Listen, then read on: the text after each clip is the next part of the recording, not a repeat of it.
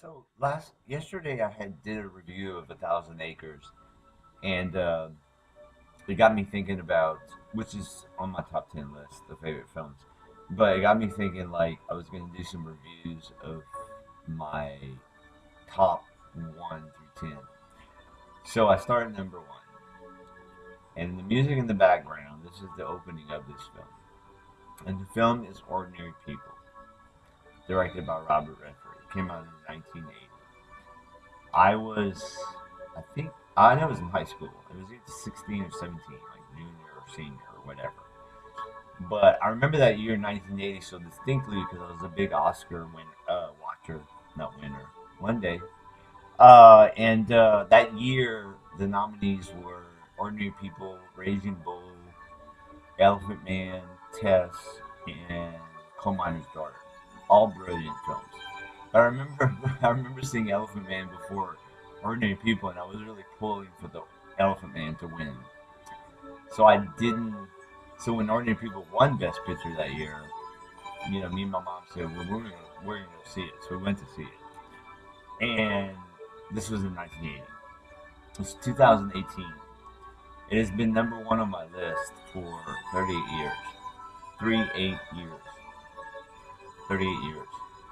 Um, I know I talk about the Hours film all the time.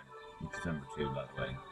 Um, and the Hours always comes real close to like taking over the top spot of Ordinary People for number one, but I don't think it ever will because Ordinary People has a special place in my heart for the time when I saw it, what I was going through in my own personal life, and it's a simple story, yet like all great stories and great films, it has so many different layers. But the basic context of it is that there's a mother and father and two sons.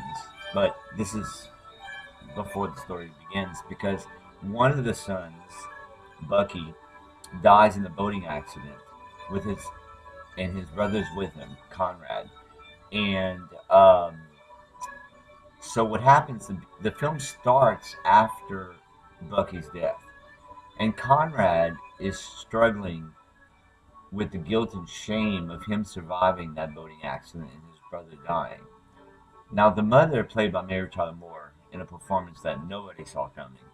I mean, here was Mary Tyler Moore from the Mary Tyler Moore Show, all goofy, comedic, whatever. But she plays this cold, distant mother. And Donald Sutherland, who was not nominated for an Oscar, Mary Tyler Moore was. She was not going to be Sissy Spacek for Coal Miner's Daughter, but she would have if Sissy Spacek hadn't been in that category. But Donald Sutherland wasn't even nominated as the father, and he plays the compassionate, loving, caring father who's just trying to save this son, Conrad, this surviving son, instead of burying himself like it seems the mother has with Bucky, with the dead son. And so the story is about Conrad, Timothy Hutton, who gives the most extraordinary performance. He won Best Supporting Actor that year.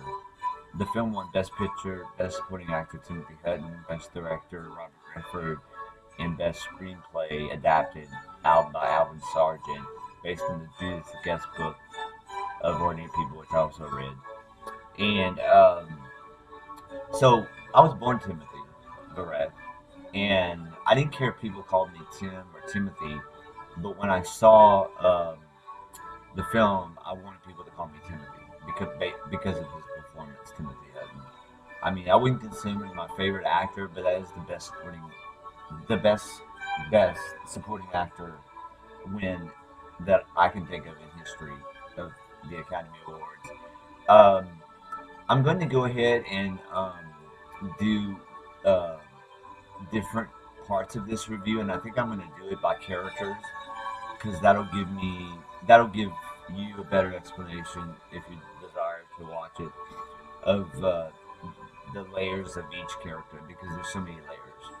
And but I just wanted to say that that isn't my number one film, Ordinary People. And it came out in 1980, and I love it.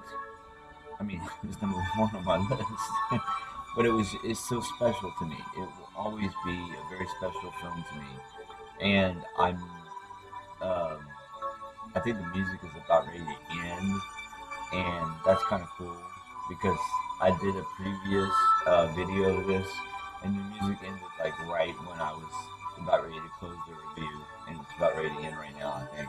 But anyway, so I am going to do continuations of this review of this film by characters because there's so much to this story, so many layers. So I hope you will watch the rest of them, but this is just to kind of give you an introduction of Ordinary People being my number one favorite film, and I'm going to go home, explain through the characters, you know, through the music, and then we'll get to, I'll get to the rest of it later. So, thank you very much for listening.